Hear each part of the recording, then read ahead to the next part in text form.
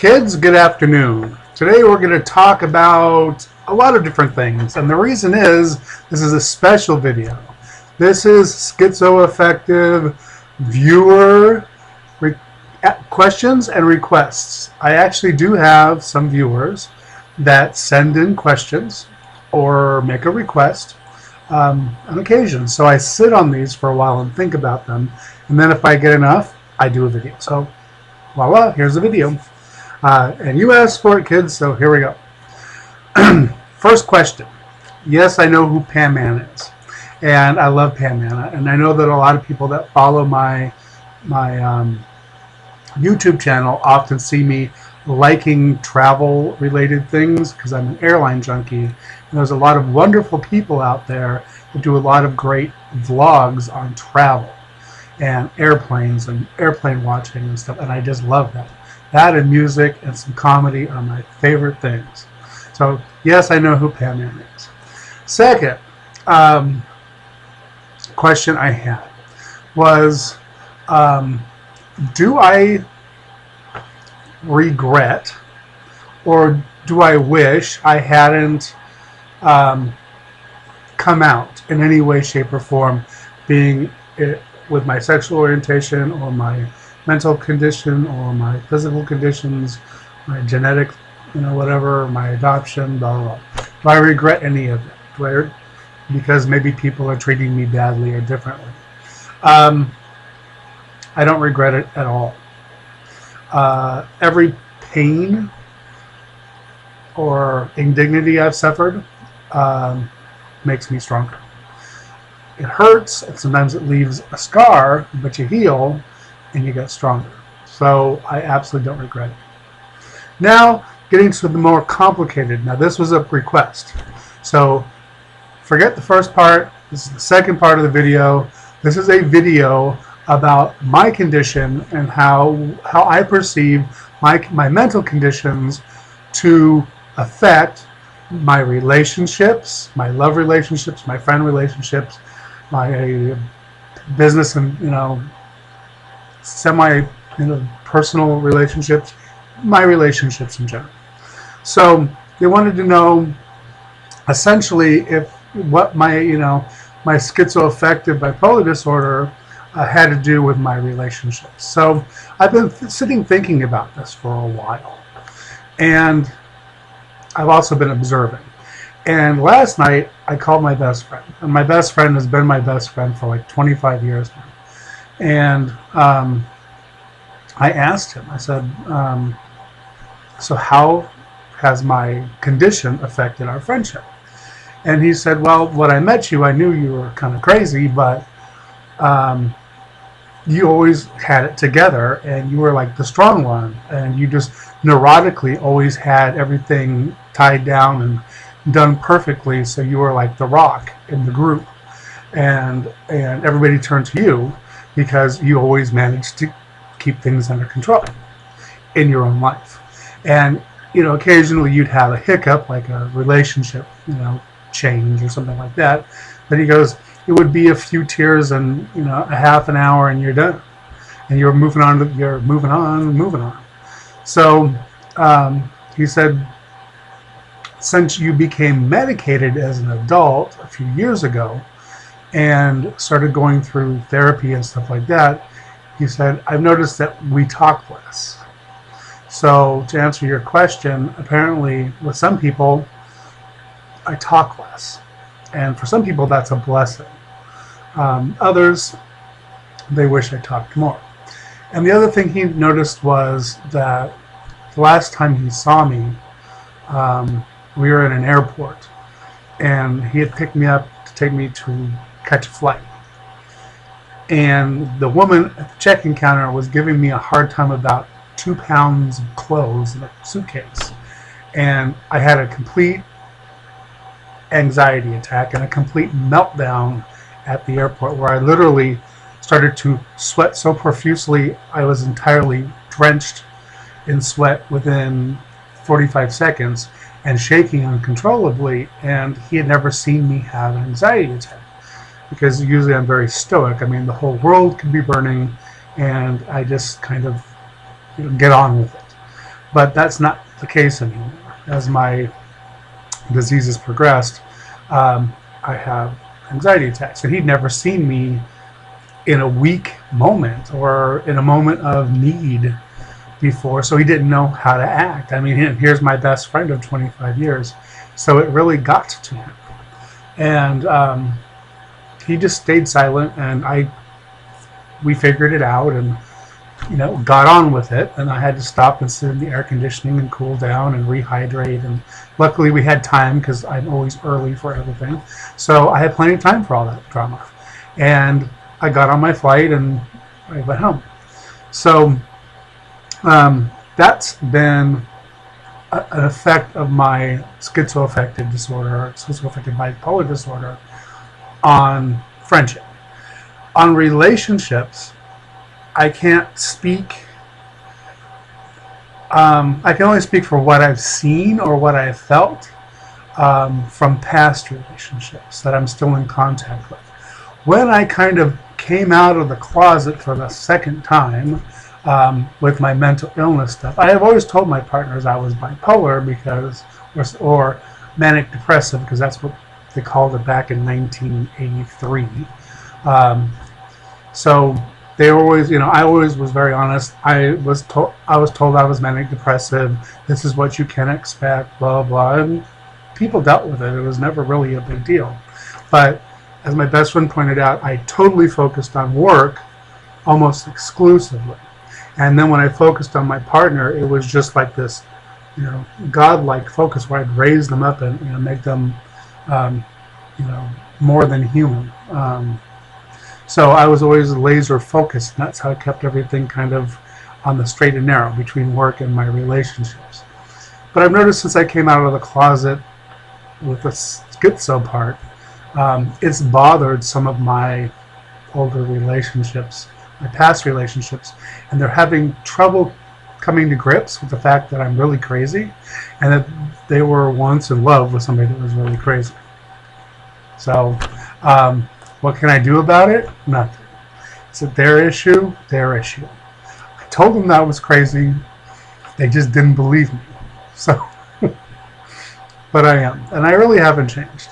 So that's about all I can say as far as the disease goes. Now, as far as my interactions with people go on a much deeper level, all people, all kinds of people, my relationships are much more affected by other things other than my schizoaffective disorder. They are deeply affected by my adopted child syndrome, which drives a lot of my activity or things that I do or choices that I make.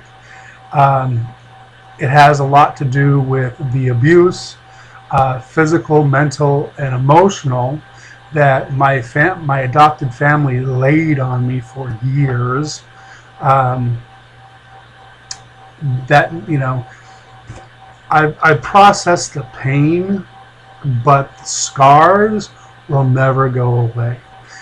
And I'm aware of the scars. I'm aware of what they've done to me, and there's really not a lot more I can do therapy-wise within myself to change how I'm going to react to certain things, because it's literally been cut into my skin. It's kind of like having a tattoo. Once you get it, it's there. So, or once you cut your arm off, it's cut off. Once you've been really scarred by people, it stays. So that's a huge factor in how I deal with people. And the other huge factor is kind of the PTSD I have from the multiple rapes. That particularly drives a lot of my intimate relationships, how I handle them, both sexually, obviously, but also emotionally, and how I distance myself, or am able to distance myself and cut things off very quickly if I am at all fearful. So, or concerned. I don't do fear anymore. I used to do fear. I don't do fear anymore. So those are the things that really drive a lot of my personal interactions on all levels. And the adopted child syndrome, I would have to say, is probably the strongest thing, because adopted child syndrome, you're in this constant need to please everyone, just neurotically need to please. And you'll move heaven and earth to do so. And I have. I mean, literally moved heaven and earth, bought people cars, moved people. I mean, you name it, I've done it. You know, helped families out, sent kids to school, vacations, whatever. So I've literally moved heaven and earth for people, and I've done it with my friends too. I don't mind doing that. I really am not someone that is materialistic. I just work, and you know, other people spend. It's fine with me. I really don't care. I'm not a materialistic person at all. The other thing, so that's the number one thing, is my need to please, and that goes through friendships and strangers and everybody alike. Now, on that same level, since I'm kind of intuitive, it helps me get a jump on what people might want. So as soon as I study people, anybody that I know I'm going to be with for a while, friends or whatever, I study them very carefully so that I can start to anticipate their needs via what they show me. And the sooner I can start anticipating your needs, the easier it is for me, because then I can just hand it to you right before you think about it.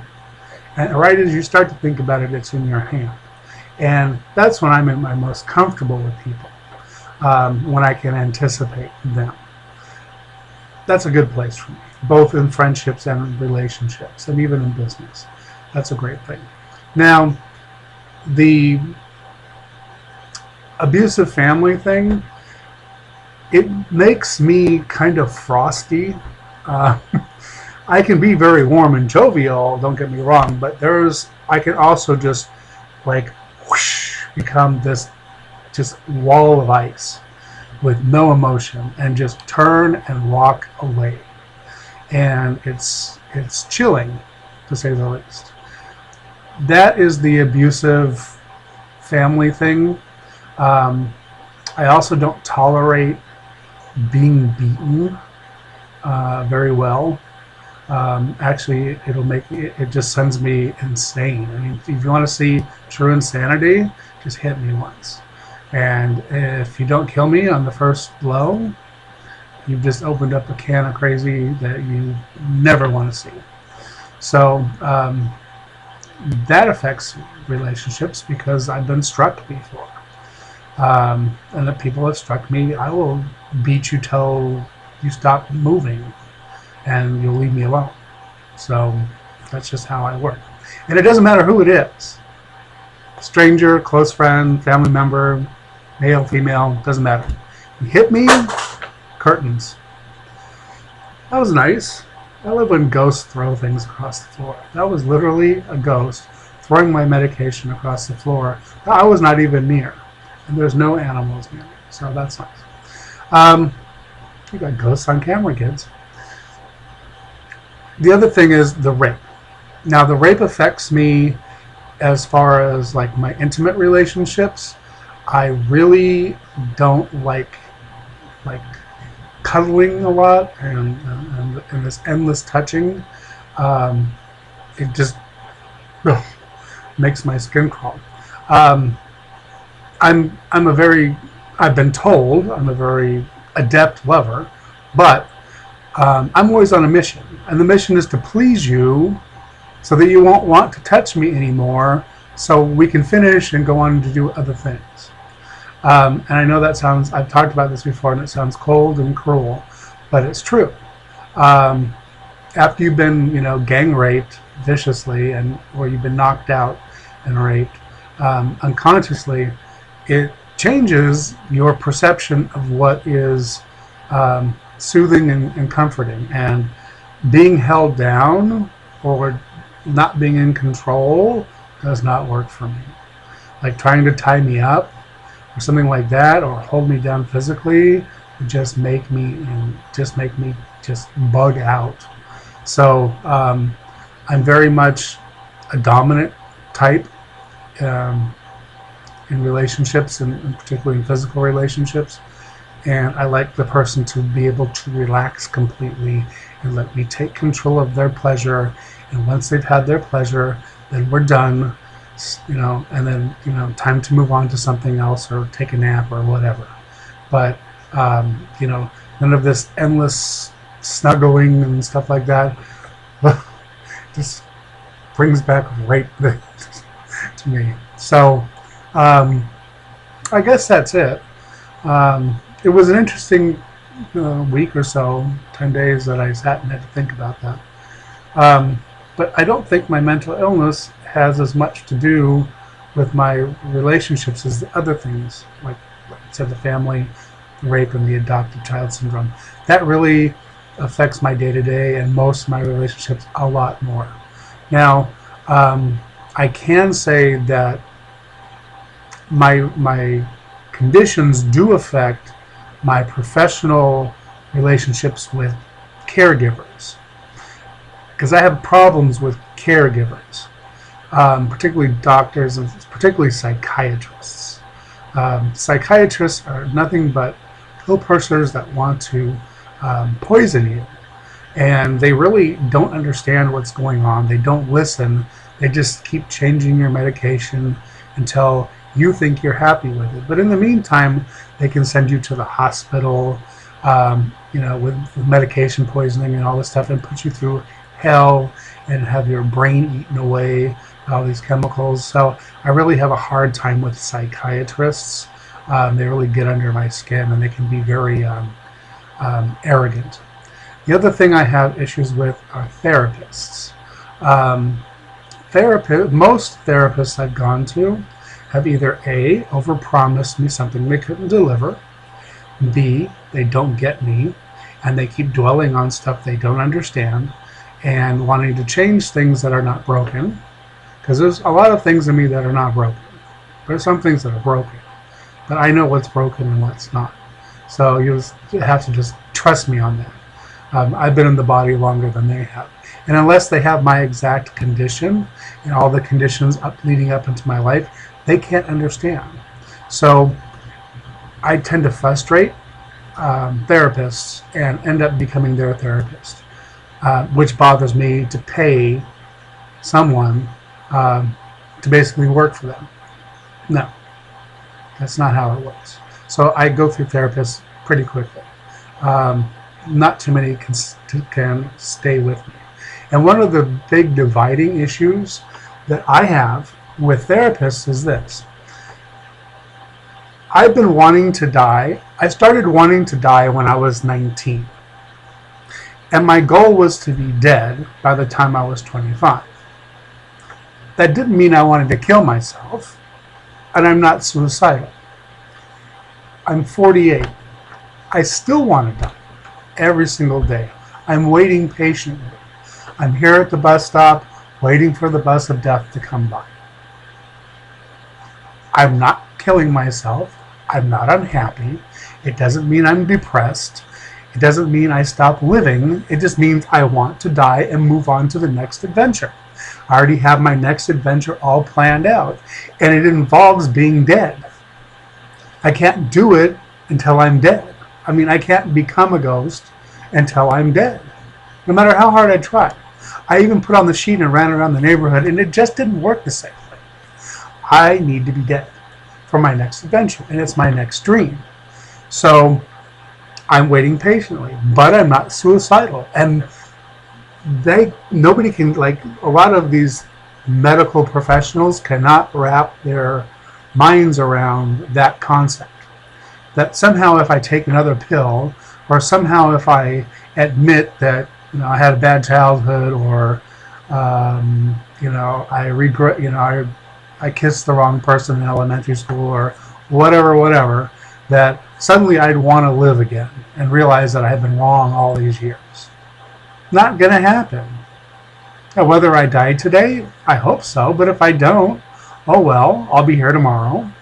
and I'll continue on until I die, and then I'll be happy because I'll be like, yay, I finally died. So I can get on with my next adventure of being a ghost.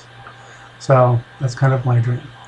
So that was pretty much, I hope that for the people that were asking, I hope I answered your questions.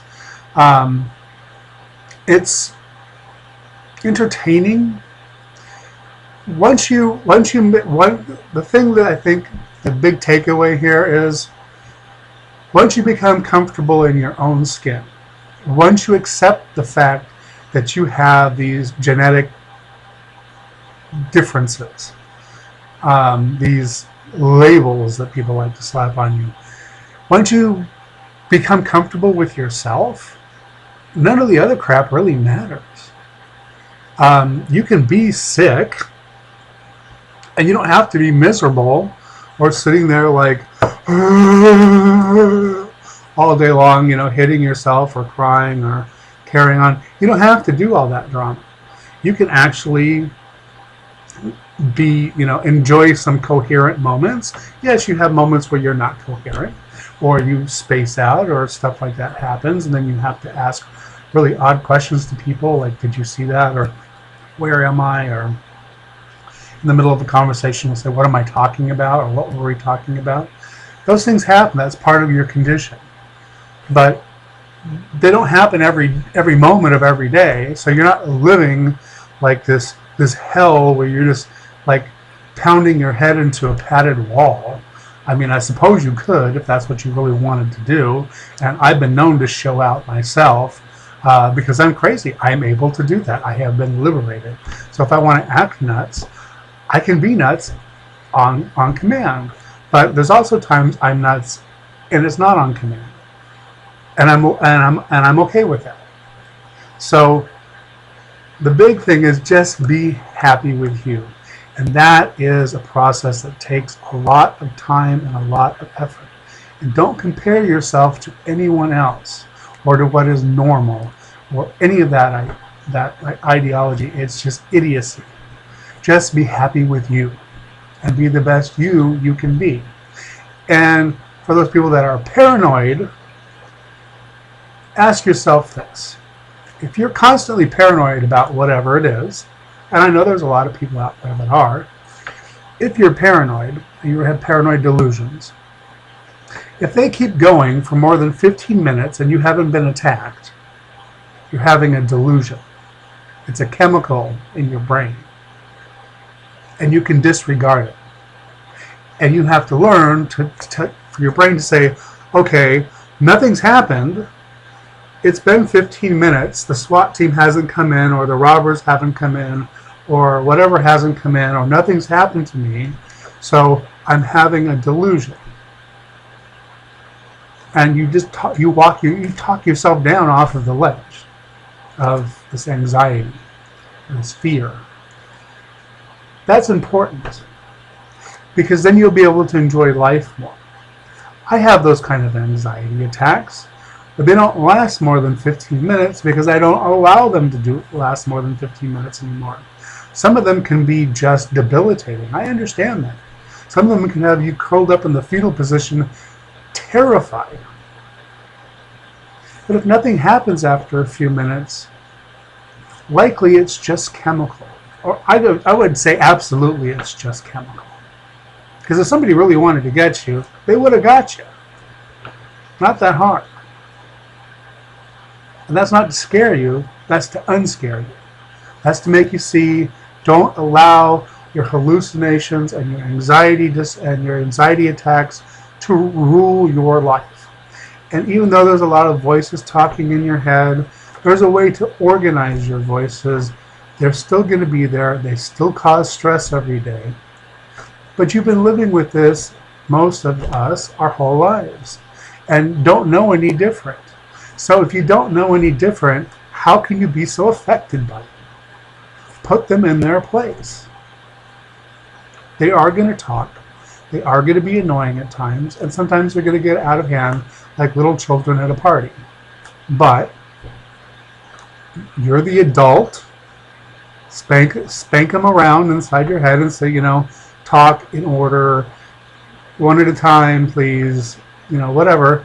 Listen to what it has to say. If it's anything useful, use it, and if it's not, throw it out. But you know which ones should be useful, and those are usually positive ones. You know which ones aren't useful, the ones that are negative, or telling you to do horrible things. Stuff like that. That's ridiculous. You know that's ridiculous. And if you don't, wake up. Because a lot of people are not going to feel sorry for you. If you can't tell the difference between something positive and something negative, then you really, really, really, really need to see someone that can get it through your head. Or find the pill. And like I said about pills, you're going to get really sick before you get any better. Because they're never going to find the right pill on the right dose at the right time the first time. It just doesn't happen. So